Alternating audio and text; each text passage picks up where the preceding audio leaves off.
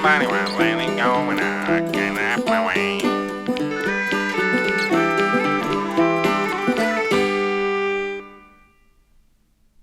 When we leave the military, imagine, I think anyone's had this experience, a longtime friendship that somehow is strained or taken apart by maybe we get a promotion in a career that causes us to move across the country and we're no longer directly connected with that person on a daily basis. There's a sense of loss in our hearts of having that absence of that other person that we care so much about in our lives. Imagine being connected to 100 of those people that literally had to be entrusted with your life and vice versa for an extended period of time. Imagine how deep those bonds run. And then when someone makes a decision to say, hey, I'd like to seek a career outside of the military, even just that act of leaving the military and going into a civilian sector can just be horribly wrought with grief. All right. Let's keep the pleasantries to a minimum. It is. We have an important topic to talk about today. Jason, you got a cold and again? Important guest. I do not have a cold. I'm healthy. I'm good too. I'm healthy and ready to talk about this. I have the hay fever. I do have really bad allergies this morning. My ears were itchy. I still say it to this day. It's my favorite thing to hear is Jason's son years and years ago. I think you've talked about this on podcast already. Yeah. I'm going to say it again. Allergies have been getting me down for a little bit of time. I have the allergies. Anyway, like I said, short pleasantries because we do have a special guest. Well, let's not make it that short. All right, let's go back. Tell a joke. This sounds like last time. Remember when Jason tried to get us right into it? Jeremy. I'm just glad to be. I'm glad we're doing this at more. I'm sorry, and I apologize. Intervals for the podcast. The podcast is a whole lot of fun, guys. I like actually having conversations, especially when it it's gives not you an just excuse us. not to work. It is that too. We can't go into your office and say, why are you just sitting there staring at your computer? It's usually not even my computer. I'm just on my phone, TikTok. I'm working right now. I'm studying guitars, Jay. Leave me alone. Whatever. Jason, what are we doing here today? Recording a podcast. Are we getting into it now? Yeah, I'm steering this thing. Some pleasantries would be fine. I asked how your health was. Good. Everything's good. My family's health is good. John just got back from a vacation, so my health is going to go down. Oh, come on! He's back in the office. I'm in a good mood. I have. So were we for 2 weeks. It was a vacation for all of us. Wonderful. Let's be honest. Can you send me on another one then? Yeah, please. I would like to. We called it hiatus. I don't know about. Do you agree, Jeremy? Life is better when John's not here. Hey, I am all happy. I was in Mexico. I ate so many tacos. Tacos are the greatest gift to man. I don't know if you guys know this or not. Jason's a pasta guy, but I am here to tell you, tacos are the greatest thing that has ever come into existence. I don't know about that. You're wrong. There's lots of good Spanish and Mexican cuisine. Tacos and palomas is all you need in your entire life. I could probably live on horchata. Let's get down with it. What is the real difference between a paloma and a margarita? I mean, it's just lime versus grapefruit. Grapefruit, right? And it's soda. You just put grapefruit soda. No, you tequila. can do a better quality paloma than I watched you do it 100 times. That's just the cheap ones. I can also make a margarita that comes out of a can too. No, it's got to be grapefruit soda. Fresca. Whatever. They have a Jarritos, I think. People, we got more important things to discuss here today. I'm so sorry. I've tried 3 times. And can I tell a story? Please tell us. Can I tell a fun story of my tacos? So on my honeymoon, we're down there and they had a taco bar at the resort we were at, right?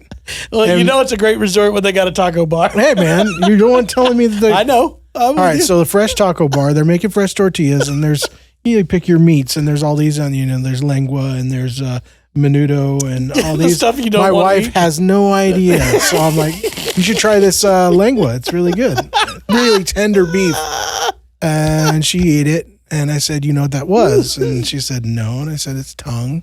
And she got mad that you didn't stop her. No, it was good. It was the best beef or best. By the way, meat. I still can't do it. By the way, that was Jason's. Really good. That was Jason's honeymoon. So Jason didn't even allow him any time to build up that trust. It's like immediately. You're about to eat this. Yeah. I'm not going to say a word. I'm not going to say. You learned to eat things that are good. It was good. Well. Still not going to do The it. end. You won't eat it, even if it's I can't. marinated. It was super good. I understand it tastes delicious. I've just like seen it in good the steak. supermarket. Actually, we had a student that they would slaughter the cow and we would get that in exchange for lessons. And I got the tongue one year and it's like, that is so disgusting. Yeah, I that could is never disgusting. imagine eating that. It's what's inside there that's good, though. You have that's- to cook it a certain way. stomach. If somebody's cooking it for me, Nope. I'll eat it, but Nope. I won't take the tongue and cook it myself. That's gross. You sound like I got a kick out of my daughter. Our next guest is going to appreciate coming right after all this conversation. I can only imagine. Classic. This is good classic. stuff. I'm not even going to Why are we here, Jeremy? Who are we talking to Yes, today? we've got Nigel from Guitars for Vets. He's going to tell us his story and why he is a part of the organization and what it does. And it really is a very important conversation about the power of music. Yeah, it's Guitars for Vets, a great program that we're just now getting involved with. Yep. We got a lot of promotions going on currently, but if you're listening to this in the future, we will still be having a relationship with this program because it's so good, so important, and Good dudes. And building our ladies. community, and this is a big part of it. So, Guitars for Vets, Nigel, take it away.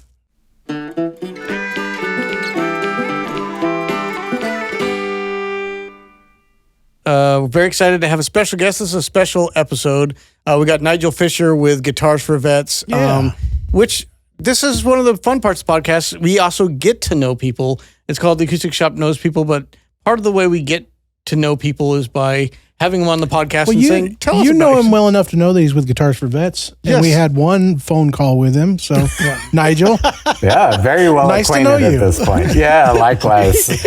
Welcome to the podcast. By the end of the podcast, we will know you better. That's right. That's right. No, I'm really grateful to be here, y'all. Thank you for giving me this opportunity to come and join you, to get to know you all better. Really grateful for the relationship and where it started and where it looks like it's going. Like, it's just such a heartwarming experience to know all of you.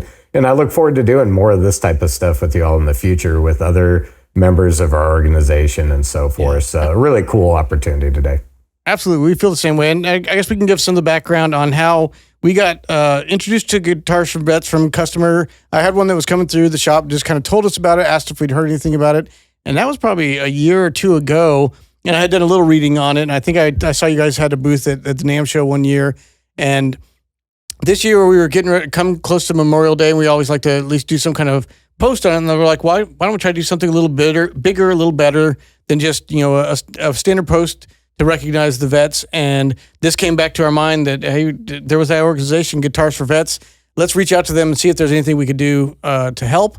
And that's where we just sent an email your way and just said, what are some of the needs you guys have? Because we were already really familiar, and we'll talk in this podcast about the good work that you guys do, but we wanted to see what ways the Acoustic Shoppe could help, because one of our main pillars of our business is personally understanding what a difference music makes in different aspects of life. It could be just somebody that's lonely at home, a young kid that doesn't have the same relationships at school. Music is a great outlet for that. It could be for an older retired person. It's a great outlet for that. But also, music has been shown to do so much for PTSD, therapy, different cognitive challenges. We've got a music therapist that works at the shop with kids with challenges from autism to Down syndrome. But you guys have found that guitars, music is a great therapy for vets, especially suffering from PTSD or traumatic brain injury, correct? Absolutely. And I love that you covered other components that apply to pretty much anyone and everyone in society, right? The benefits of music and how it can aid us in coming together, being less lonely, being more connected, because this isn't just something that benefits veterans. I'm reading a great book right now. I won't say the name unless I'm allowed to. I'm not trying Go to for it. Plug it. endorse it, but it's called Your Brain on Art. And a good friend my of wife's mine. got that. Yeah. So you're familiar with it. And I love how it talks about the scientific components of what artistic modalities do for us, right? And we don't need to be in the presence of a clinician to receive such a therapeutic benefit of participating in artistic and creative activities. And that's where the science that you spoke of really comes in. And I'm not going to go down that rabbit hole too far, But suffice to say, I think we all know that like there's a powerful component of music in all of our lives, right? Like we get in the car after a hard day at work or something and like, wow, it's Friday. Like I've really been grinding it out this week. I want to feel X, right? And then what do? We dial up that song that makes us feel the way we want to feel. And the song does through the music and the lyrics. That's exactly what we're replicating, but in a controllable manner for someone that we've given the ability to understand how they can connect with this instrument and how it can make them feel in a moment. So we're not teaching people to be the next, insert famous guitarist here, right? I want, we always get into these conversations of who is the best of all time, but that's not what we're here for, right? But really just our goal is to make that meaningful connection with the instrument for the veteran. And if you're anything like me, which I look forward to getting into without going on a total monologue here for 5 minutes or something, but it's not always about playing a song. I love sitting with my guitar and strumming beautiful chords that just sound pleasing to my ear in the moment, and kind of stringing together in kind of a free form method of just like, how am I feeling? Where do I want to go with this? It's almost a meditative state, right? And so really, that is a powerful aspect of music and the guitar. So that's what we're delivering at Guitars for Vets, is that opportunity to get connected in a beautiful way and have that positive outlet, and so much more that I hope to get into as we chat today. Oh yeah, we'll cover as much of that as we possibly can, but Yeah, two things I got from that is imagining Nigel after a long day at work, driving home to Girls Just Want to Have Fun at the top of his lungs. Yeah. But That also has actually happened. I promise you it has. let's be honest, it's happened to all of us. Yes. But also the fact that you talk about anybody can benefit from playing an instrument. We go through that at the store too, not just when you're looking for therapy or needing. It's just you Jason, don't have to be a rock star to enjoy music, and that's what our store is built on. I've had this conversation with a lot of pro musicians, which always drives me nuts because they always come to you and you're like, because we started teaching. When we started this store, it was about teaching music. And we were working with all these people and they're like, well, how do you deal with them? Because you either got it or you don't. And you're either going to be a great, star or you're not. And, some people are just built for it. And it's like, it's not about that. For most of the people, and I'm going to say most of the people, the enjoyment is the break from what they do every day and a space that brings them enjoyment. That doesn't have to mean that I'm going to have a career in this, but a break. We all have it. As musicians, we have these breaks from, when we were full-time touring, we had crazy hobbies that don't make any sense to anybody else for any good reason, yet it brought some sort of fulfillment for us. I imagine, and so far we know this because we've talked about this, what the art of music does is a lot bigger than that. I mean, for me, I was a big nerd for saltwater aquariums. I spent thousands of dollars on this just to give myself a break when we came home from touring. And it's silly, but it was like this thing that totally took me away from everything that I do and gave me this space that was mine. And I got to control it, and I got to live it and breathe it a little bit. And I think there's to art in general, but music seems to have a special, particular space in brain development. And Jason and I were fortunate enough to just attend the NAMM fly-in in Washington, D.C., where we went to our local representatives, met with them to really petition and to argue for funding for music and the arts, music education in schools. Beautiful. And it really helps to show all the data that shows, the graduation rates are up 50% from a student that's in some kind of music program versus one that's not. And the grade average goes up quite a bit. It's not just about the hobby and the escape from it, but it actually does rewire parts of the brain, parts of our different brains communicate with each other that you don't get from too many other forms as much as you do from music, because it is using auditory thing, it's using pattern recognition, it's using pitch recognition, and then when you're actually learning to play the instrument, it takes it to a whole new level, because then you have to try to figure out the science of your instrument and how to make those sounds. And even if you're just sitting there tinkering on it, you're learning stuff. And you talked about kind of the Zen-like moment of it. I remember when we were kids, and when you really get into it, it would be sometimes at 3 or 4 in the morning. I'm like, I've been practicing for 8 hours now, and I'm still having fun at this. Like you kind of go through a time warp and don't realize how long you've been sitting there with your instrument. So we've personally experienced it, and we want to spread it as much as possible. But I'm really glad that somebody discovered how they could use that to help with some of the crisis, especially in the military and post combat, but also just the general camaraderie that you guys kind of have, which I can't speak personally to, having not served, but I know that is kind of one of the big things is you guys are such a tight-knit group, especially when you serve in combat. And then when that goes away, it's kind of like a void is left. It is. And that's really what I like to share, right? Because we all are very familiar after, almost 25 years of media coverage and being bombarded with messages of very sad and negative outcomes, like 22 a day, when we're referencing the number of veterans that take their own lives as a result of either untreated or maltreated ailments associated with their time in the service. So we hear a lot about those negative components, and then we hear, oh, well, what are we going to do about this? And where's the science? Where's the research? And, when we talk about like clinical studies and diving into, things that we're still coming to understand better as humans about how the brain works, and we're confounded by this ongoing epidemic of veteran suicide or depression and PTSD, anxiety. Those things it's just so perplexing, right? And we don't have to have an exhaustive study to know that there is no harm done in playing music, right? This isn't medical advice, but like, when has anyone been harmed by playing a musical instrument? You've never heard a banjo. Right? But I think we all agree, like greater outcomes in school-age children and just so many things in the neurogenesis. Like we are regrowing brain cells by picking up an instrument and learning to play it and then continuing to practice it over time is one of the few activities that can do that.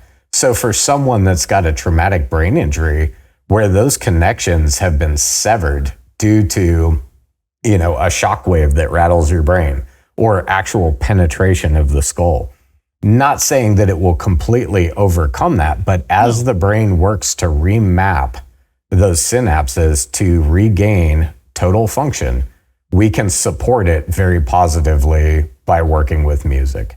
So that's really something that we're excited about, because when a veteran says, hey, like the symptoms of PTSD and traumatic brain injury are almost carbon copy 1 for 1, but they come about potentially through different vectors into our body and make us struggle in different ways. It can be confusing to diagnose which of those it is and therefore provide the correct treatment. In either case, veterans who go through our program find really exciting relief from the symptoms of either or both of those types of service-connected injuries. Mm-hmm. And so that's where it's really exciting for us to be able to use this in the veteran space. And I really want to transition to the community component that you talked about too, of like, it's not just for the individual in the sense of, I just want to teach them how to play guitar. When we leave the military, imagine, I think anyone's had this experience, a longtime friendship that somehow is strained or taken apart by maybe we get a promotion in a career that causes us to move across the country, and we're no longer directly connected with that person on a daily basis. There's a sense of loss in our hearts of having that absence of that other person that we care so much about in our lives. Imagine being connected to 100 of those people that literally had to be entrusted with your life and vice versa for an extended period of time. Imagine how deep those bonds run. And then when someone makes a decision to say, hey, I'd like to seek a career outside of the military, even just that act of leaving the military and going into a civilian sector can just be horribly wrought with grief, right? Like that grief of loss of friendships. Mm-hmm. And so that's where this builds community around our 300 locations nationwide, where we're regrowing community for veterans as they get back into If I grew up in California and I retire from the military and I decide to take up residence in Texas, I likely don't know a lot of folks. But what I find in Guitars for Vets surrounding that chapter is I've got that new team, that new unit, people that I know without a doubt at least share some of the same values and have been through some of the same challenges I have in my life. And it makes it a little bit easier for me to trust and to come together with them in that peer support environment as we share music together, that common thread, right? So anyway, that's really like the beautiful aspect is not just the instrument. It's that community, the together. I think that's a huge component of what you guys do is you don't want them to just be in a room playing music, which already we talked about the benefits of that. But one of the greatest things is playing it with other people. We have students that we try to tell that. Like learning to play by yourself is one thing, but it's like playing baseball by yourself. When you actually get to play it with a team, it's a different game. You're throwing the ball to yourself is fun, but when you actually have other players out there and you get to experience a full baseball game, it's a totally different experience. Same thing with music. A jam session, my favorite jam sessions, you get to play music with other people, and that's enjoyable, but half of it is also just talking and goofing off, and that community that you now have with these other musicians.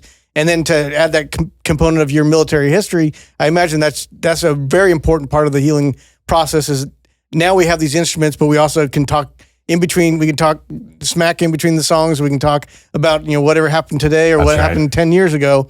But it's really important to also get them together, even in non-military musicians, when they get together in a group is a different experience. And that part, the bonds that are made there, I've talked about.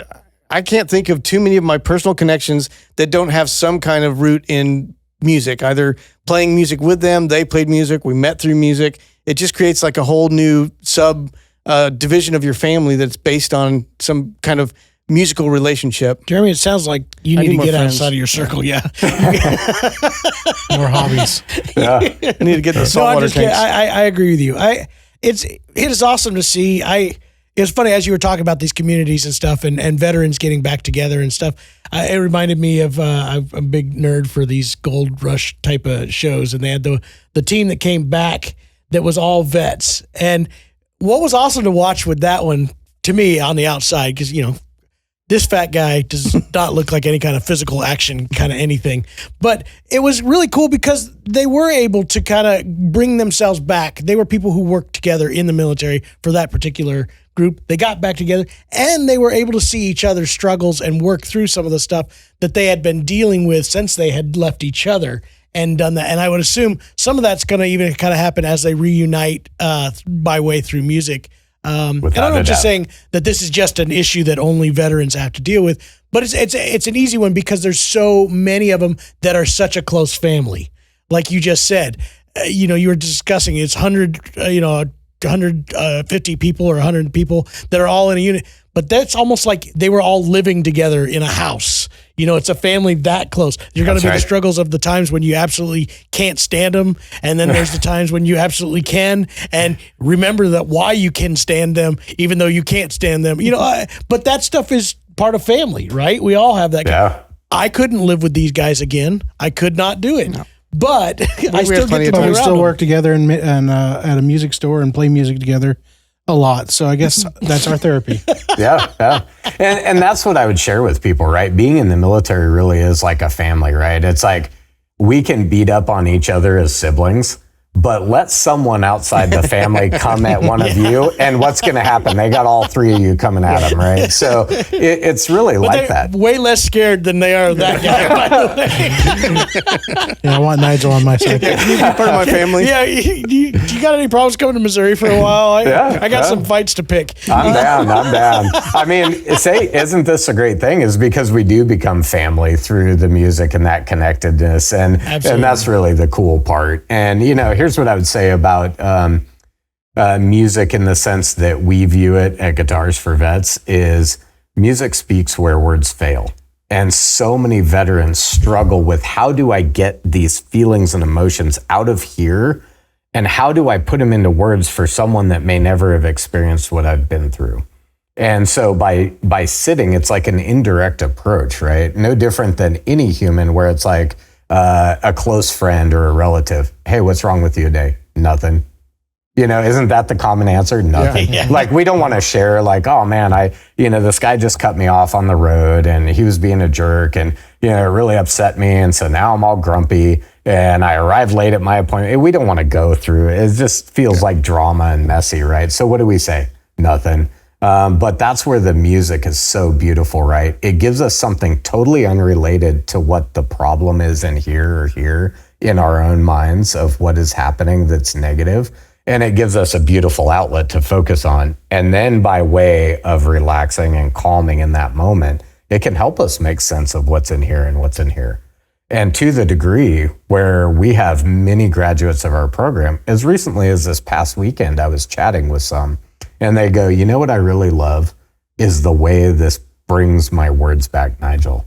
It helps me be able to communicate what I couldn't otherwise. I had a gentleman who had served in the Marine Corps a long time ago. Him and his wife been married for eons. A beautiful, beautiful couple. And there was strain in their relationship because of his behavior related to PTSD. And he broke down in tears talking to me. He and his wife were both present. And he goes, I can talk to my wife and actually share how I'm feeling now and make sense of everything in here and calm the noise with this music. And what a beautiful thing to be able to put in someone's life that they don't even see it coming, right? And we're not trying to be sneaky or anything like that, but oftentimes veterans are resistant to clinical services, right? And so, by having this non-clinical, very casual, relaxing environment to go to, they find a way to make sense of everything, all the noise. And while we would never ask anyone to replace, very needed therapy or medication in some instances, right, that they need in their unique circumstances, we would say that in almost every case, music is a great addition to all of those modalities. And for those that are not at that point of a crisis or something deeper and underlying that requires those types of interventions, music is one of the best informal things anybody can do to arrive at a therapeutic outcome. So it's very universal for all of us. I really believe that none of us would go up to each other typically in a coffee shop and be like, hey, let's go for a walk and have a nice long chat and get to know each other. That would be super weird, right? It would be a little strange. I've tried it. I mean, I can't go in that coffee shop anymore. They're like restraining order, man. Do those words mean anything too? No. But no, so music gives us that and it makes it not weird. Like you were talking about the NAMM show earlier. When I was out there, here's millions of strangers just walking up to each other. Hey, dude, I love that shirt. What's that about? Guitars for Vets. Tell me more, man. It's just so cool because now it gives us something to connect and talk about. And it makes all of those connections with total strangers not weird, right? Yeah. So, yeah. So, Nigel, why don't you tell us a little bit, if you don't mind, tell us some of your background in the military and how you got involved with Guitar for Vets. Even before the military part, I was curious, were you a guitar person before all of this? No, sir, I was not. And that's really what I like to share because, and I'll go into my background in a moment, but people come to me and I think this is a great place to add this detail in here is people come up to me all the time. I'm too old to learn, Nigel. And I go, we have taught veterans over 90 years old and they loved it. And they didn't think it was possible, but because of the way we approach with patience, acceptance, gratitude, and empathy in our service delivery, we're able to help them overcome challenges of maybe they have Parkinson's and very shaky hands.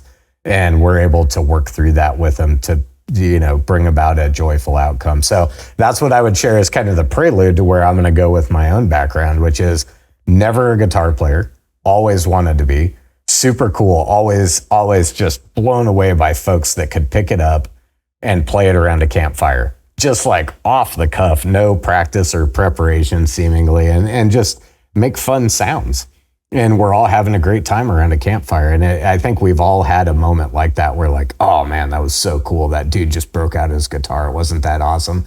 So I've always envied that and wanted to be able to do that myself. But growing up as a child, My parents had me start playing clarinet and go through lessons when I was in 4th grade.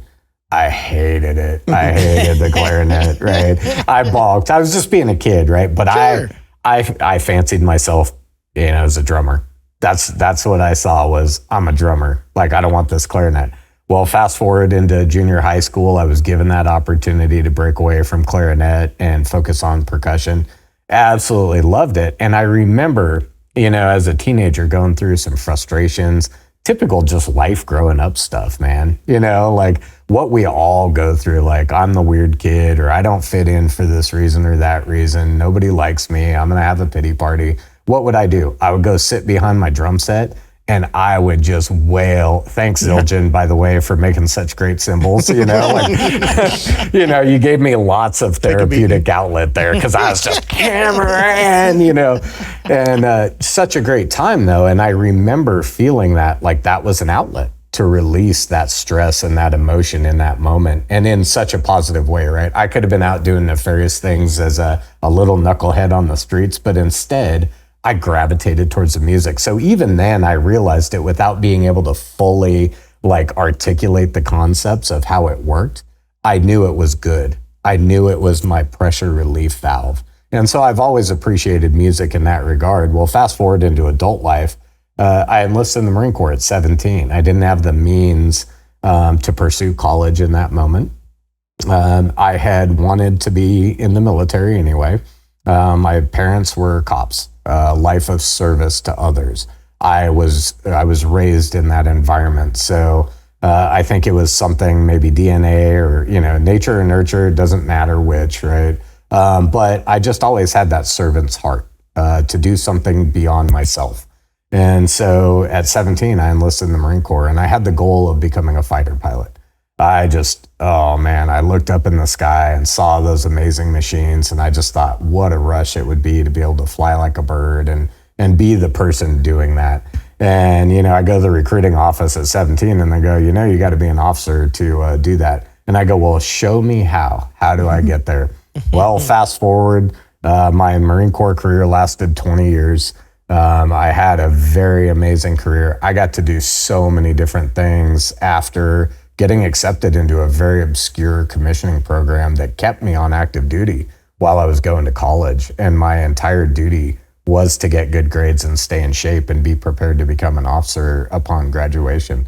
So for those 2 years, 4 years enlisted active duty, went into the commissioning program, 2 more years still enlisted. And, of course, all those duties were just going to college in those 2 years, but then got commissioned. And I earned a spot to become exactly what I had dreamed of. Fast forward even further, very circuitous chain of events.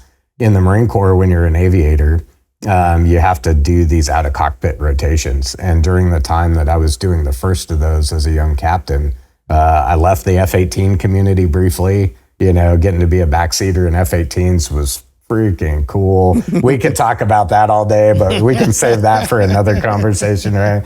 But 2006, I go to a ground combat unit to go call in airstrikes, as the Marine Corps traditionally does with aviators. And I deployed to Ramadi, Iraq. And it was during the period of time, which I'm sure all of you remember, is the president at the time, George Bush, sent an additional 24,000 troops to Iraq as part of a surge to try to end the combat once and for all. I was right in the middle of the surge. I was on the clearing operations in Ramadi during Christmas time of 2006, and continued on into 2000. Yeah, it was nuts, mind-blowing to have been on the world stage in that moment and participating in history. It just blew me away knowing that this was insane gravity. And we even called the Operation Hue City 2. And if you remember back to the history of Vietnam, the attacks in Hue City and the battles that were fought there by the Marines were extremely brutal. Urban combat, which was rare in Vietnam at the time. Most of it was jungle warfare. Yeah. And that's what we were experiencing in Ramadi. Fast forward to 2006, 2007. Intense door-to-door fighting, a lot of loss of life, lots of wounded during that time. And just a pretty insane moment in my life. Well, in February of 2007, I get wounded in an IED blast. And that changed a lot in my life for a very long time and was the beginning of some of the most traumatic events during my Marine Corps career. I had been a Marine already for, over 10 years at that point. I enlisted in 93. And, this was really my in-depth indoctrination trial by fire in combat as a Marine. And I'm leading other Marines in this moment. And so it was very surreal. During the blast, just got blown back by the shockwave. Won't cover all the gory details of the moment, but, my bicep tendon in my left shoulder was severed by shrapnel. And so now I'm left-hand dominant too, by the way, which that was a pretty bad day that just kind of got worse. And we were able to battle through that objective and no other casualties. But, the recovery from that was insane because in the moment they didn't have the ability to diagnose TBI like they do now.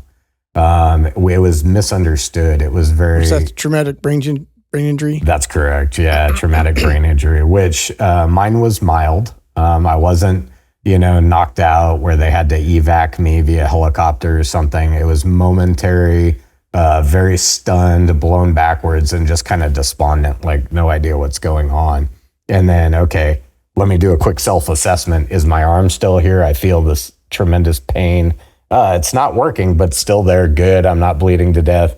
Let's just carry on. Pick up the radio, start calling in airstrikes with my right arm, and we move on. But fast forward now into 7, 8, 9, the post-traumatic stress that I was under from not just that, but the loss of some very close friends in December of 2006 when they lost their lives in an IED blast that I witnessed, numerous other folks and just terrible things in war that I witnessed, all added up to, this package that came along with a lot of physical pain, sleep disruption, anxiety, depression, drinking way too much to try to get to sleep because I was having all these sleep issues, and no one in the medical system could seemingly help me understand what needed to happen next. No relief, right? So this isn't a Guitars for Vets story in the moment yet, but very, very instrumental as we go long-term into the conversation, which I'll try to simplify as much as possible and just kind of hit the timestamps of my life that were meaningful in this journey, right, of post-traumatic growth. But I had visions of I feel like it would feel less painful if I pounded my face in with a hammer. That's how much pain I was in, just these debilitating headaches and everything. And seemingly nobody could figure out how to relieve that pain. And that's where the drinking was happening, right? Now I'm being a jerk to everybody in my life, still on active duty. And it's just, I'm suffering, right? And I wish I would have had Guitars for Vets in that moment. Guitars for Vets founded in 2007, right about the time all this was happening, but only local to Wisconsin where they were founded in that moment. So for me, in that moment, my outlet, I gravitated back to childhood, not music, but the outdoors. And so I spent a lot of time in nature. I got on my dirt bike and I would do a lot of dirt bike riding out in the desert in Southern California, near my duty station to kind of escape from the reality of day to day. I was trying to get away from the negatives that I was doing, and I was so desperately just trying to go towards something positive. What did I find there? Community. I found others that a lot of veterans out in the dirt biking world, and I was like, man, this is interesting, right? So when we talk about what's that thing that we can otherwise do something that would be creepy, well, when you're riding dirt bikes and you see somebody that's got a military t-shirt on or something, you're like, yo, what's up, man? Hey, you want to go ride some trails? Sweet. Yeah, let's go. Hey, I know this one over there. That's sick. Let's go do it, And we go do it together. And then you make friendships and bonds outside of the military, outside of everything else in life. So I'll kind of just take a second to see what thoughts you guys have and what questions you might have at that moment, because then my life enters a really weird phase of just kind of protracted lack of joy for a period of time. And when we fast forward, there's some things I love to touch on about Guitars for Vets that, really brought me full circle later within the last couple of years since I've been associated with Guitars for Vets, and how that continues to reshape my forward-looking journey of hope, of joy, of connectedness and community and healing. So No, again, thank you for that service. It's inspiring from the outside to think about what you guys went through in that particular moment, but just the aftermath of it too. I mean, we can only kind of put ourselves in almost from watching movies, kind of what scenario you were in. It is almost like that. It was almost like listening to this movie story. But to actually live through that, not just what personally happened to you, but losing people around you and actually seeing that happen, it probably, like you said, it kind of all adds up and you don't even recognize it because it's just layer upon layer until it's just enough that it's too much to cope with. And that's when I guess it all probably crashes down pretty evidently, or it may even just be a slow process that you start to recognize that this is all adding up to more than I can handle. And for a while, I'm sure you just kind of tuck it and bury it until you just can't anymore. That's absolutely right. And it's kind of like it just goes with the territory. And what I'd like to say about that is I hear from folks that don't understand sometimes, or those within the military and veteran community that go, well, you know what you signed up for. Yeah, we do. But do we fully? Now we know that we're going to experience potentially horrific things up to and including being dismembered, being killed. But until you've experienced it firsthand, you don't know. You don't know until you've seen it, right? So I think it's an eyes wide open moment that's only partially informed of what the total spectrum can be. And so my message to a lot of veterans is, hey, we're not here to wallow in that. We do know what we signed up for, but hey, man, the reality is it's a lot to deal with as you recover from it. So it can happen the way. I think that's something that a lot of people kind of. I've heard that exact line. You know what you're gonna. You know what you're kind of getting into and all that. But trauma doesn't work that way. And I don't care whether it's the military trauma or any of this stuff. I deal, for my case, we fostered and adopted in the foster system. And the trauma that kids deal with and adults deal with, nobody knows. You can know that there's going to be trauma, but nobody knows how you're going to react. And I've seen the same exact trauma of our own kids losing family, and how it reacts differently with each one of those. You know it's going to be trauma. You know that it's going to cause something to change, but what it's actually going to do to you personally, that's an unknown. I don't care who you are. Like you said, all military guys, all in the same family, all in the same unit here, but each one of those little things that gives you trauma of some sort you're going to react to it differently. And it could take you, it could be a little thing that takes you over the edge versus a big thing that seemingly doesn't seem to bother you as much. I've been amazed at watching children deal with various different trauma and the things that will kind of just push it to a really wild moment. Sometimes you just look at it and go, I don't understand how that could have been that big a deal, where something that's bigger sometimes can actually go and just be kind of ignored. There is no, you knew what you were signing up for. That's a horrible thing to have to cast onto somebody, in my opinion.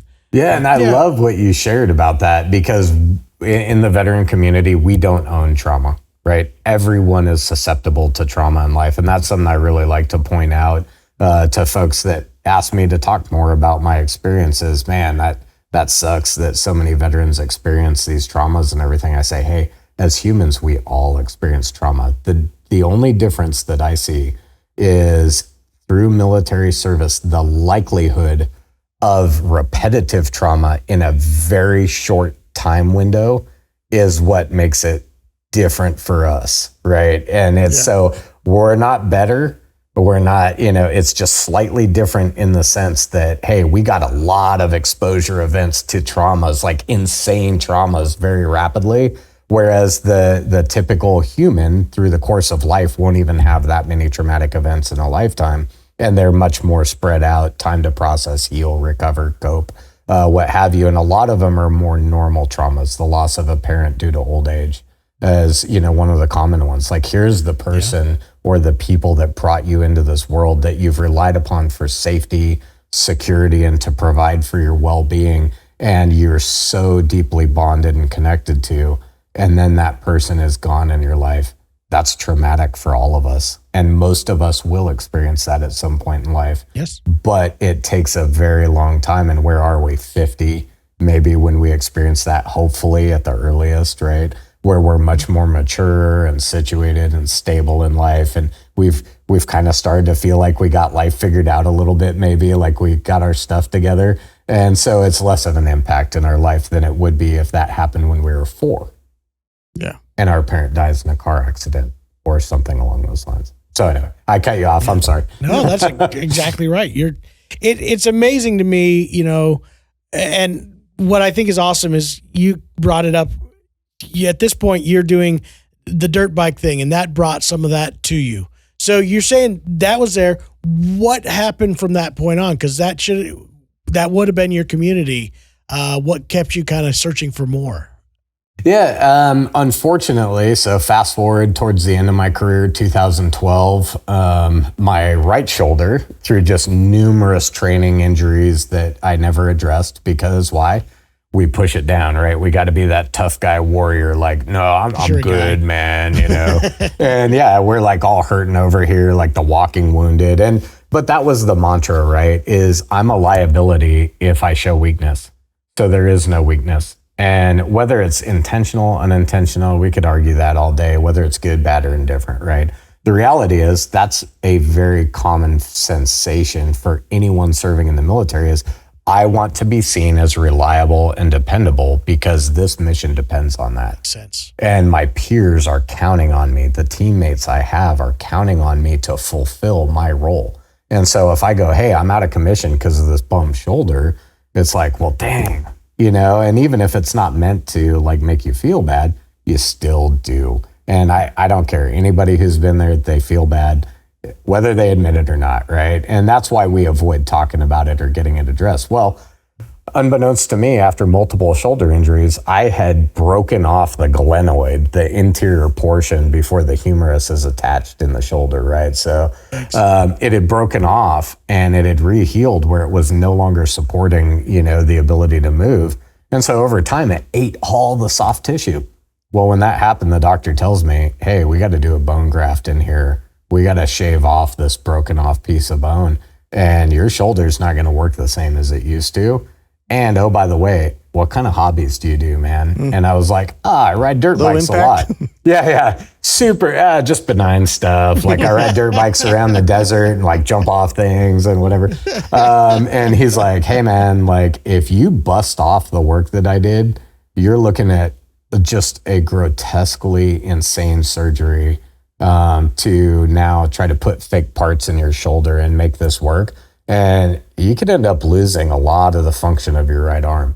Is that worth it? And I go, I hear you, doc. And so I sold my trailer, sold all my bikes and everything in that moment. And I go, I got to find something else. Retire from the Marine Corps, go to work. When I finished my career in the Marine Corps, I ended up in special operations. Again, another story for another day, but very circuitous because I wasn't able to go back to flying. The Marine Corps goes, hey, you've got a lot of valuable skills. And we were just standing up our special operations component. And I was asked to come over and help with that effort. And so that's what I did for my last 3.5 years. Well, as I retire out of that, someone in the U.S. government taps me on the shoulder and says, we could use your skills over here. Would you like to come help us with national security stuff? Must be nice to be wanted, by the way. Or just have skills that people want, John. Or skills. So it was a lot of fun. I got to go do stuff all over the world. Got to meet amazing people, live in foreign countries, and I really started learning a lot about preparing local cuisines when I was traveling around the world. That became a hobby or a fascination for me because it was something I could do no matter what country I was in, and it helped me get connected and understand the folks that live in those countries and their culture, and just become steeped and knowledgeable and understanding of them and their lifestyle. And it was so fascinating to me as a study in the human condition that I've been like a student my entire life. I've always been fascinated by human behavior. And so in my role, it was literally, I needed to, generate very close partnerships in foreign countries.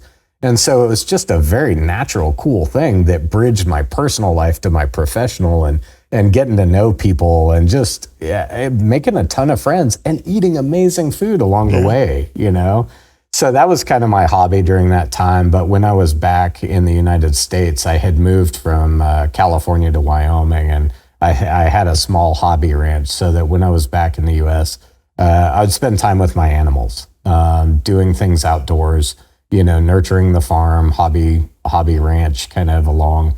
And so that was one of those other outlets. Like there's kind of these recurring themes, right? Like all going back to nature, outdoors. And while there was some isolation that I needed, I gravitated towards others that were also involved in activities like that for that social connection. So it was kind of like that dual-pronged approach where I needed some time to myself, but I always came back to wanting to be in community with others. Cool. Over time, I decided that, this was a young person's game. After between the Marine Corps and government service, 27 years, I go, hey, it's not a matter of if, but when. Like my number's probably already come and gone. My number's up, right? And I need to get out and do something different. Well, lo and behold, right before that was happening, and a lot of changes I had begun making in my life, I had tried to reduce my drinking. I tried to lose weight and get healthier again. And I'd gone through, unfortunately, a divorce just due to a lot of my own behaviors, and things that I was struggling with. A lot of folks, it's real easy to cast blame on the other person, but, I accept a lot of responsibility for what transpired. And it wasn't anything horrific, right? It was just, I just couldn't connect in the way I needed to as a husband. And I go, you know what? Some of it was, the other person in our interaction, but I go, you know what? I'm going to move on from this. And I think what's best for me is just to be an individual out here.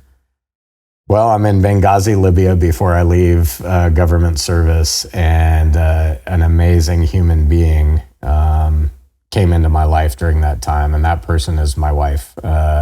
And she and I, we are truly soulmates in the sense that I think most people imagine that word to be, right? That concept. And in that moment when I met her, she was going through, her own struggles. Long time Army career for her. Here we are in government service in a war zone, foreign country, and we meet. And, our relationship blossomed after that. But it was just such an intense connection. I couldn't ignore it, nor could she. And so, now we've built this amazing life together where our hobbies include kayaking. That's one of our favorite activities to be outdoors and to do with one another, hiking. And then fast forward even to 2024, when I become aware of Guitars for Vets. Independent of Guitars for Vets was looking for someone to help take the organization to the next level. So here I am locally, I hear about this program and I'm applying for it, and I'm on a wait list because there's a ton of veterans in Texas that want to go through the program. And so I had to wait. And so as I'm sitting waiting, I get this email. Hey, can we set up a phone call with you? We understand you've done some work in veteran philanthropy during your time at, oh, by the way, I worked at Amazon as an executive leader in field operations after I left government service before Guitars for Vets. 4-year period of my life, not a lot to discuss there other than I was continuing to struggle with what was going on in my own life. And I knew I needed to make some changes. And so when Guitars for Vets executive director got in touch with me, he goes, hey, I need someone with your skills. Like you've lived the experience as a veteran long-term. You've clearly demonstrated in the community, as we've observed, that you are doing things to serve your community and the business you were working in at the time. And we've heard great things about the partnerships that you built. So would you be willing to come here and serve as a change agent to help take the organization to the next level? And I go, man, this is crazy because you probably don't know this. Maybe you do, but I've been on the wait list to go through the program because I'm so interested. Did you ask, do I still get the lessons? Yeah, do I still get to be part? Yeah, I was like, wait a second, can I go through the program first? Because like, if you're paying me, do I still get to go through the program? Like, how's that going to work? And they're like, oh, no, we want to put you through the program still. And so I learned the guitar, and that was a little over a year ago, fellas. Like, I consider myself a mediocre guitar practicer. I wouldn't really call myself a guitarist, but you know what I learned about the guitar at Guitars for Vets? Everything that I shared kind of up front, it takes patience. And that's how we approach it, because folks in the military, you know, we go through our initial training and it's, all right, you got to get an 80% or it's a failure on an exam learning your skill set. So we're approaching near perfection in understanding and application of our skills, because that's how important it is that we get it right when we do that. So imagine over 20 years, all the things, or even 4 years, someone who goes in the military, like that perfectionist mentality, we're already kind of type A, right? Like we're already out there being, you know, meat eaters and just like I'm going to go conquer things, you know, like that's what we're geared towards. And then you up the ante by forcing folks into that environment of competitiveness and seeking perfection in all that we do every single day. And now you put a guitar in my hands and I don't get it right within 5 minutes. You know what I'm going to do? I'm going to get frustrated. Yeah. I am. It's natural, right? Like, and most veterans do experience that coming through our program. That's if I can, for just like 30 seconds share, is it can be a challenging experience. Sure. And usually we see that around week 3, 4.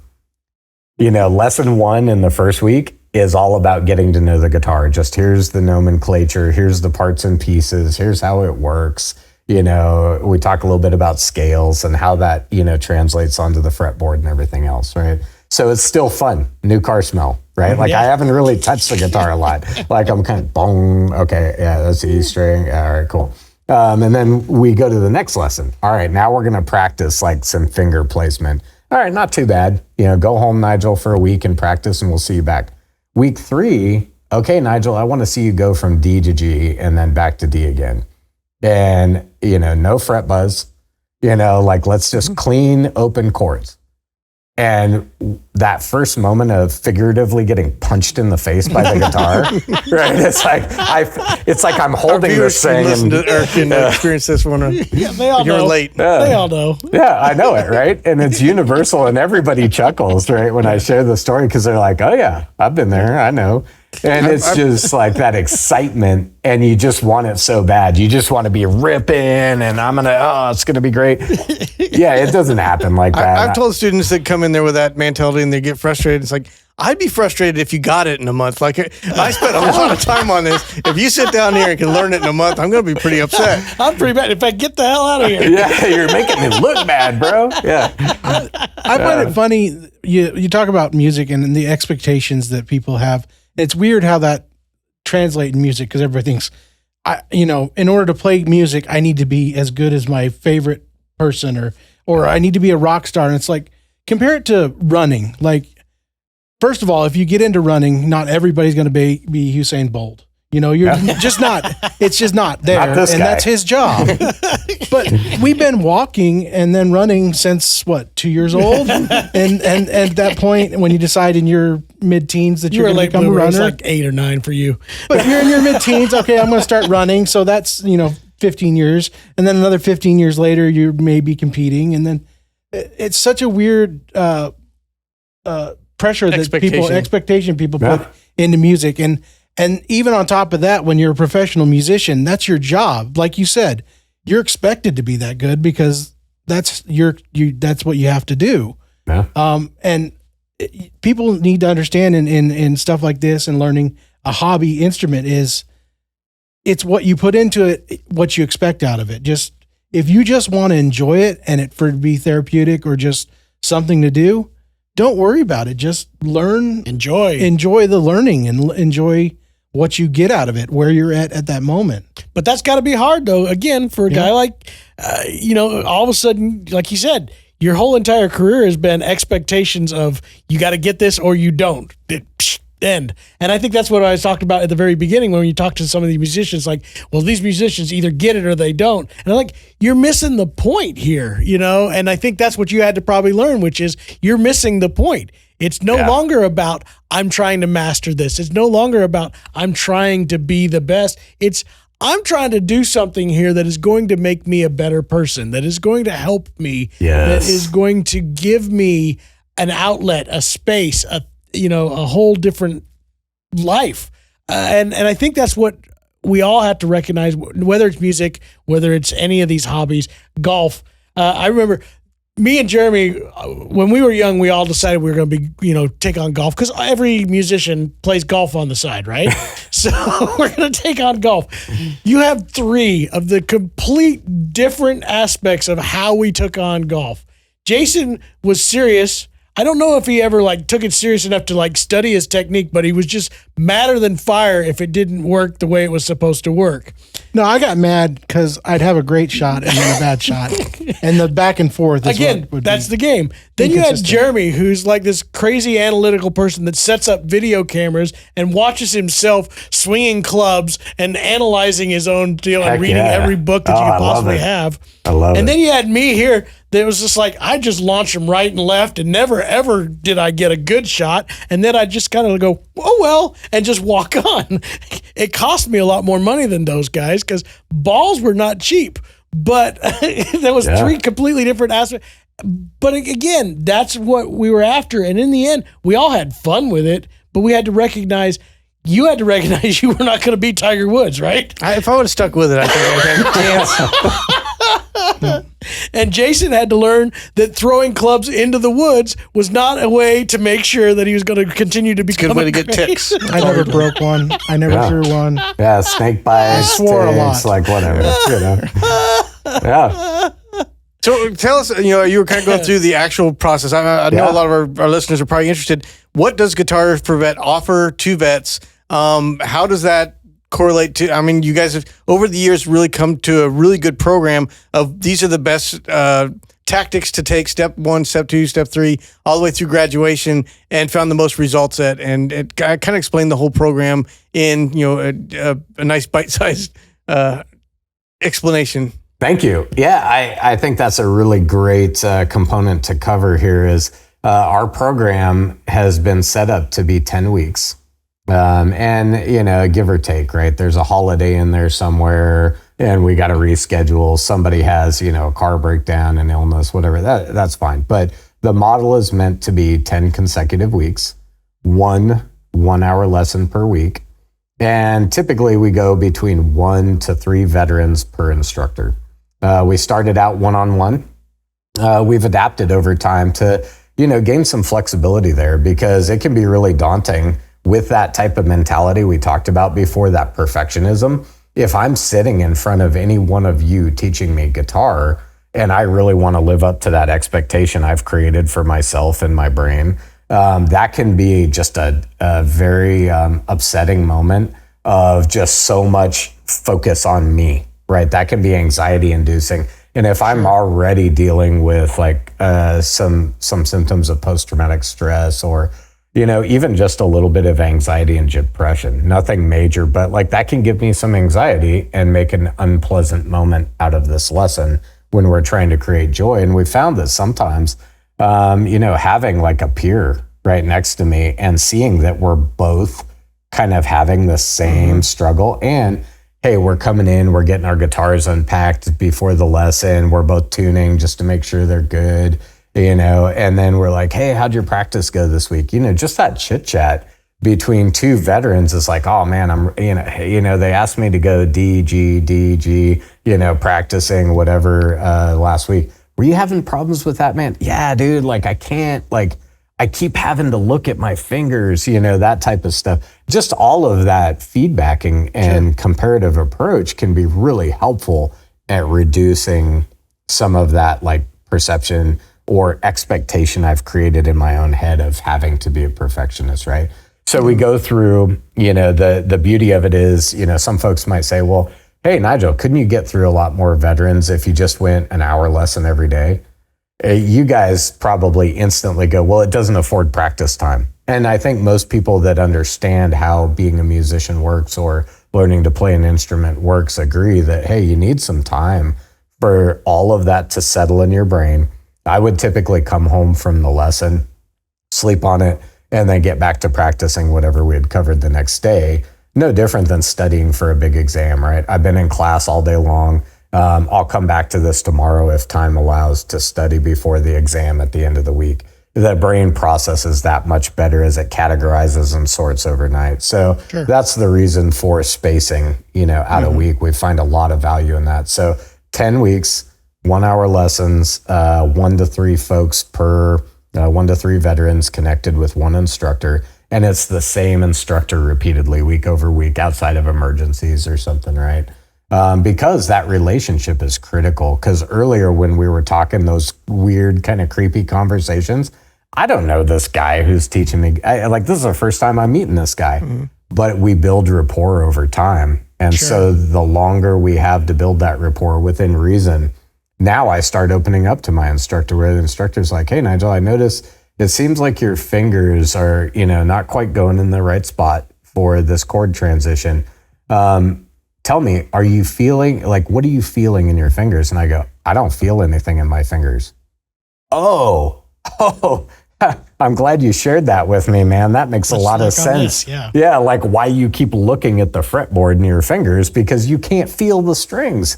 Yeah, that's good to know about me, right? I wouldn't volunteer that because now, again, it goes back to that sign of weakness or letting the team down, that natural aversion. I'm not going to come in and be like, hey, man, here's all my woes and worries and all my drama and all my problems. No, I'm just going to roll with it. We don't need to talk about it. But slowly, we're going to get to know each other. Hey, Jason, how'd you get to be a guitar instructor? Why are you here with us as veterans? And you say, hey, I don't have any military service, but, my loved one, my uncle, my dad, my cousin, somebody served in the military, and I've always been raised in a very patriotic family. I respect the service of others to our nation so that I can have these freedoms, and thank you for doing that. And that's why I'm here, to give back. And I go, wow, man, I appreciate that so much. Thank you for being here and giving me this gift of teaching me this lesson. And so now we get to know each other. My instructor, Jerry, he and I are friends, and we hang out during, opportunities that we get in the community to go play or be present at community functions as part of our local chapter. And that was his story, is he had never served. He was a dentist his entire adult life, and, ended up retiring from dentistry, but his dad had been in the military. And it was very important to him because he saw the struggles that his dad had. Nothing, crazy or insane, but just, some stuff that set with his dad from service. And he goes, man, what a great way for me to be able to use my lifelong guitar playing skills to help another veteran that I respect so much to get some relief from what they've been through in their time in service. And so if that takes me, an hour and a half each week to go teach some veterans guitar lessons, couldn't be happier to do it as a volunteer. So very cool. That's kind of the journey of the 10 weeks. 2 things that I want to touch on, and I'll try to do so short because I love this conversation. I know the 4 of us could just talk for hours, right? But in the interest of everybody that's listening and, really wants to hear what about it, right? What about the end? Tell me about where this gets us to. So we'll go there. After the 10 weeks, we award a brand new guitar to the veteran. There's no test at the end of the 10 weeks that says you must have mastered this skill to this level. These are beginner guitar lessons, y'all. We do not have a set curriculum that says you must do A on first week, B on second week. The goal is we're going to adapt to the unique needs of that individual veteran to ensure that when they arrive at the end of this 10-week journey with us, they have a close connection with the guitar that's meaningful and that they feel confident in using that guitar as a beautiful thing in their lives. That is all. That is the goal, because many of us are not going to be able to get there. I can play a lot of songs, not at tempo and very slowly with the chord transitions. It's going to take a lot of practice, right? Because I can't feel my fingertips, but I still get immense enjoyment from the guitar. So should I not be graduated because I can't play a song? No, that's the exact opposite of what we're doing with veterans. Many of whom, they might be missing digits. Heck, they might be missing an entire portion of their arm and using a prosthetic for their strumming hand. We can work with that, and we do. And that's why there's no graduation standard other than I'm going to show up every week. I'm going to try, and I'm going to be respectful to everybody around me in the process and be patient with myself and continue to try to learn. And I'll tell you what, gentlemen, I received a lot of promotions, awards, accolades in my life, in the military and outside. One of the things I am most proud of is for one of the first times ever when I went through the program, it was for me, only for me, because I wanted it and I wanted a beautiful thing in my life. And when Jerry stood there, and there was no grand audience, it was me and the other two dudes I went through the program with that Jerry taught all three of us at the same time. And it was Jerry and the three of us. And that was all when we graduated. And Jerry goes, "Hey, Nigel, come on up. I want to give you your guitar." And he hands me the guitar and he puts his arm around me and goes, "You did it, man. Like, you did it." And I'm not going to lie. Like, Great. There were tears, you know, and I felt more pride swell up inside me for taking ownership of where I was at in life and doing something to help with all of this in my head, the hurt in my heart. And it was only about that for me and only me, but also, of course, it would help those around me, my loved ones. But it was the first time I had really done something where I didn't feel selfish about it. I felt like it was right and just. And I'm so proud of what I did by being patient and overcoming those struggles with the guitar. So that's the feeling of pride that so many veterans get and feel, and it catches you off guard. Because when you've done some of the stuff that many of us have, you just go, "Oh man," somebody handing you a guitar, you're grateful. Yeah, for sure. Who wouldn't be, right? Like, "Oh, that's very generous." But man, the way it just is, this amazing emotional outcome is so insane. And then here's the best part. It doesn't stop there. That's the beginning, not the end. Because we create community around our chapters and we have jam sessions. And that's where that communal environment comes from. And really the immense value of peer-to-peer support. Over time, it's all free for the veteran. There's no expectations. There's no, like, all we have to do is be polite to one another and be professional as we talk to each other, how we treat one another with kindness as fellow humans, and we get to make amazing music together. There's no comparing of scars. There's no wallowing in our woes, but we do get to share our stories and release pain from our hearts and our minds and heal together. So that's where it comes full circle, right? That's great. And that's where I think we're going to kind of insert our PSA. The month of June is the PTSD Awareness Month, and also, kicked off with Memorial Day, where we talked to you guys to kind of figure out what the needs are. And right now the needs are in guitars for those graduates. I know they said you guys have had to actually put some applicants on hold to make sure that you could cover everybody for the year. So we started off with donating 10 to guitars, working with Breedlove Guitars as a dealer to get guitars at a really good cost.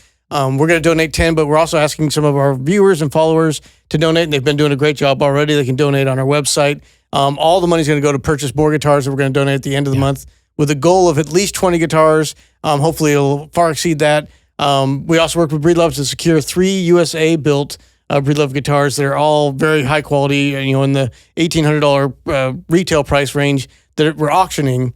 And viewers will have all those details, hopefully in the link of the, you can go to the website, theacousticshoppe.com, and it'll be on the homepage for the month of June 2025. In case this is years later, hopefully we'll have a new one going by the year, whatever year you're listening. But you can bid on those guitars, win a beautiful guitar. We have some of our fans have already reached out and are donating some of their guitars. Yeah. So we're gonna have them send them to us to make sure they're set up well and going to be playable, because we don't want to send you guys some guitars that are going to make the guitar learning journey any harder than it already is. Here, take this. Try to figure this out. I dare you. You guys I made it in my garage. Yeah. These military guys won't complain that the strings are 1 inch off of the fretboard. They got tough fingers. But that's the way we're going to try, hopefully, to raise to donate a bunch of guitars. to make sure you guys can continue this work, because we really value the service you guys gave. Also, we personally believe that music is one of the most powerful ways to heal. We've seen it personally with stroke. So one of my best friends, an older gentleman, he suffered a stroke the night we were supposed to have a fiddle jam. So we moved the whole fiddle jam to his hospital room, and his wife he was pretty unresponsive, but at the end of the jam, he was tapping his fingers and his toes, and just seeing the way that the music kind of circumvents some of these damaged areas and can create real healing.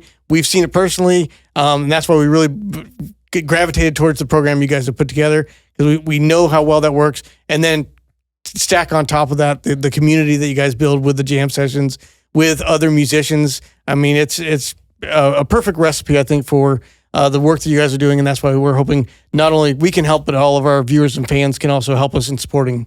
Yeah, Heck yeah. we're gonna try to keep this going. I'm sure. I want to keep this relationship long-term going, because I like earlier in the talk you were talking about how, we all have the aspect of what you signed up for and whatever that, but it's also our duty, enjoying the benefits of what you guys do. Yeah. To give the tools to help after the fact, and Guitars for Vets and programs like that are the key to giving those tools to help in the long run. That was another thing that Nigel brought up, that I think if you are a vet or anybody that suffered trauma, and you're interested in playing music, I want something that you said, which is you may be missing digits, you may be missing parts of your arm or some aspect. This does not mean this does not include you. I've had students, but I had a great student that was missing his first index finger, almost all of it. He had a part of it.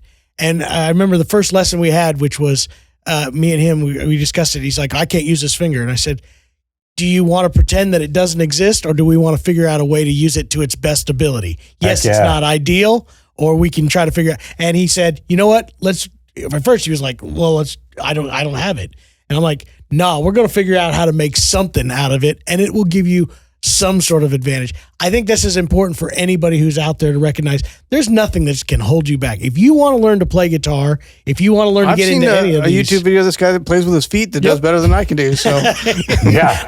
I've seen that, and he does way better than me. So I think this is also important for any of you who aren't vets, that don't have any of these traumas or any of these issues that are going on here. Remember, music or anything that gets you out of your daily life and your stresses, your issues, the things that are giving you problems. If you have something that you can latch onto that you love, do not let something that you see the ideal be able to do stop you from giving it an attempt. Because like you said, you can't feel your fingertips. For most people, that's an idea of somebody that goes, I guess that means I can't play guitar. That's not the case. We got to, and like you said, the enjoyment you got was bigger than some of the things that you would think would be some of the most important things for a lot of people. Without a doubt. This needs to be something that I think everybody recognizes. The things that you want to get and want to latch onto, go for it and figure out a way. Even if it looks like it's not physically possible or whatever possible, find a way, because there is importance in being able to achieve a goal of something that you love. Yes. And that is such a powerful message. Hope and joy, right? And it is possible. I mean, he absolutely nailed it. And, I'd be remiss if I didn't thank you guys again, because, we've covered a few topics as we're closing out here, but man, I've got to tell you guys, I've been blown away by the support from the Acoustic Shop and all of you individually. Even in this conversation, just being able to have a great conversation to share with others about what all this stacks up to for anyone in their lives, but also the support that you all are giving us. And I do want to say thank you to everyone out there.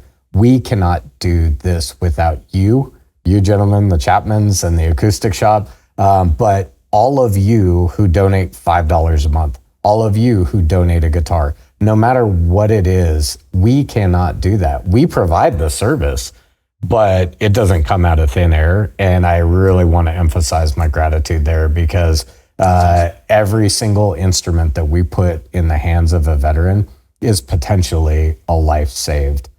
Because that person, we don't know, we could be putting on a happy face, and that might be the lifeline. Just that kind gesture of, hey, I see you, I got you, man.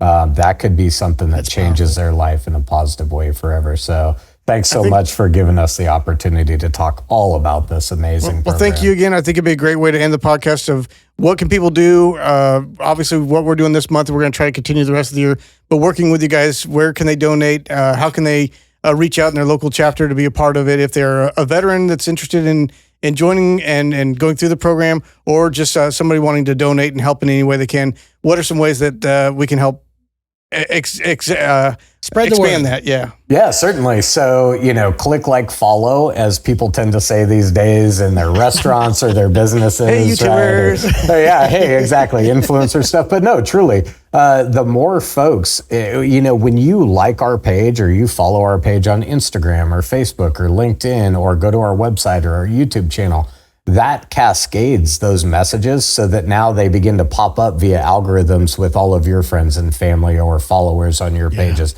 So that is truly important to us because now we're reaching new audiences, right? You may not have the ability to share money with us, but simply by engaging with our posts, you can bring about awareness to those who might have the ability to do so and be generous in their heart to go to our webpage and just click on the donate button and make a donation.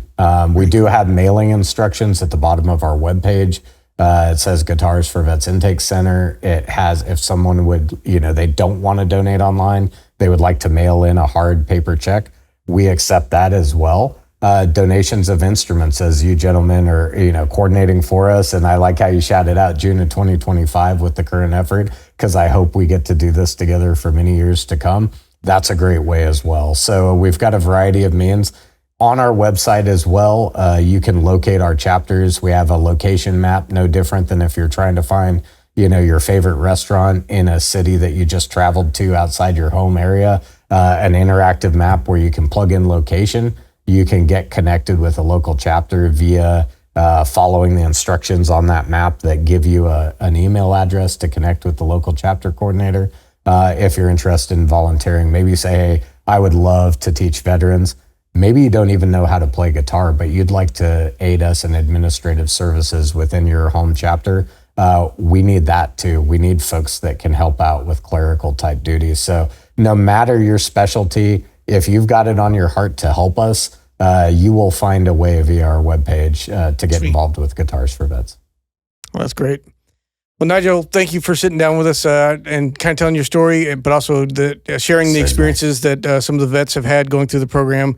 And I think we're really excited to make this, like I said, we don't want this to be just a one-time transactional thing with the Acoustic Shop. We want it to be a long-term relationship. Yes, and we're looking forward to getting to know you guys even more. Yeah, absolutely. Thank you so much for having me today. Truly grateful for this opportunity. Awesome. So glad we got to know each other more and can't wait to do it as we move forward. All right, and if anybody picks on one of us, we're going to give you a call. Can we get him down here to... We got some really mean comments on our YouTube channel, and we're just going to send a photo of you. Man, would that not be best if we have Nigel read the mean comments? Nigel read them all and say, "Knock it off." Yeah, it could be like the Terry Tate office linebacker. It could be Nigel something, and I could just, that's garbage, Brian from Oklahoma. We don't like your comment. Yeah, I know where you live. I got friends in the trash. It's got to happen now. Plan. Well, thank you so much. Right on, gentlemen. Thank you so much. Have a great day. Take care.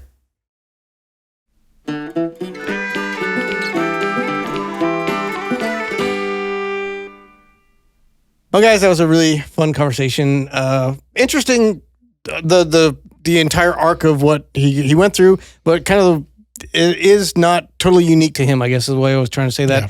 It is something that may not be the exact story that others go through, but either way, if it's traumatic events in the military or just in some personal aspect of people's lives, that arc of, I think I've got this, I got this, and then it kind of just gets to a point where you don't have it anymore, or you recognize you're not dealing with it in a healthy way. Yeah, and like I said at the end there, I find it disappointing in society that it's not just PTSD, it's not just, PTSD, but it's not just military service. It's everything, mental health in this world. We all know that these things are results of our society, and sometimes even the benefits we get, this is the result of those benefits. But we're doing a terrible job as a society giving the tools to people for mental health and to cope with this and come back from it, hopefully. And we need to do more. Yeah, That's absolutely. my PSA. I agree.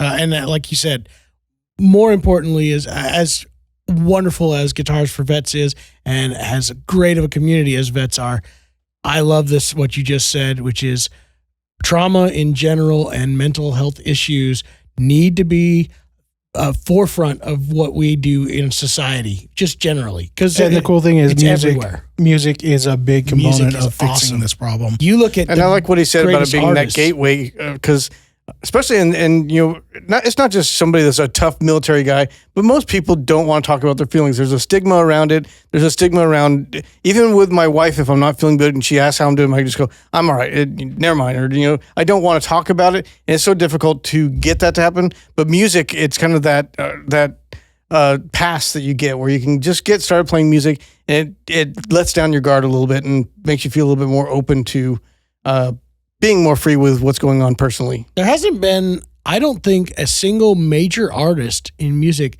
that hasn't recognized what it did for their own mental health, learning to play and learning to create in music, in art in general. And this doesn't have to go like what we kept saying throughout the whole podcast. It's not about the end result being the biggest professional, but that same exact feeling that those people got can be yours too. It can be anybody's. It's just finding something that you can have a passion in that gives you a break from what it is that's giving you stress. For me, anything that keeps me away from you. Those are my breaks. Yeah. I was going to be nice, but I'll say, Okay. Jeremy talked about coming home to your wife and not wanting to talk about you always. How was your day? And I'll say it was fine, or, it was whatever. It wasn't great. And I don't want to talk about it. And she'll always just say, oh, John. And yes. John. So there you go. Again. That's again, I probably cope better my if I had God. music therapy. But no, back to reality, back to not slamming each other. Ouch. What you were talking about with not expecting, and we talked about it in the podcast, not expecting to be a superstar. Everybody's got to understand that anybody can play music. I don't care. I'm going to say it. Anybody can play music. It's just all what you want out of it. Have reasonable expectations. You don't have to be the greatest in the world. You can enjoy it. I am not a great musician, but I spent my life enjoying it, and I am not a professional superstar. I never will be, but I'm getting what I want out of music. So do that. Yeah. Grab an instrument if you have any interest in it. Grab an instrument if you have an interest tambourine. in. Get you a tambourine. We need more tambourines in the world. Am I right? Jeremy. No, accordions and tambourines are let's, exempt. Accordions and tambourines are exempt from this comment. No, honestly, seriously, it's great. I think this Just do it. This is the kickoff of hopefully a long-term relationship, or I expect to be a long-term relationship. I can't wait to see those guys And out at the many NAMM more. show. I'm going to go over and give him a big bear hug, and he'll probably crush my ribs. and many more. There are many more programs out there Yeah. too. Like this is, we're focusing on this one, and we will do everything we can. And we'll But talk there some more are in so the many future other about good ways to do we've got this. some of the music therapy going on at the shop now. Exactly. Talking about how good that does. But that is our goal, is not to just sell instruments, but to be involved in actually helping facilitate the healing power of music and what we've personally seen it do, spread that to others. Yep. So to tie this up, music does Good. great things. Music, good. Veterans do wonderful things. Thank you for your service. Mental health, we need to work on it, and music is part of the answer. Yeah. And education. Nailed it, Jay. Good All right. job. And I am running for president in 2072. I don't know if that's an Your election head year going to be or in a not. jar. President of my local chapter of His head will be in a idiots. jar. Headless Agnew. Anyway, I like the Nixon. people have Nixon the it's most. All right, yeah. Nixon's in a jar. Futurama fans out there, you'll get that. Thank you very much. Let's go. Right. Headless Agnew. Roar. Icy end. wiener. Take me away. The Acoustic Shop knows people. Handmade by Trent Pruitt, Hinkley Hinkleston, and Jason Chapman for the Acoustic Shop. Theme song written and performed by Ofer Koren. And please remember to rate and review us on Apple Podcasts, Spotify, or wherever you get your podcasts.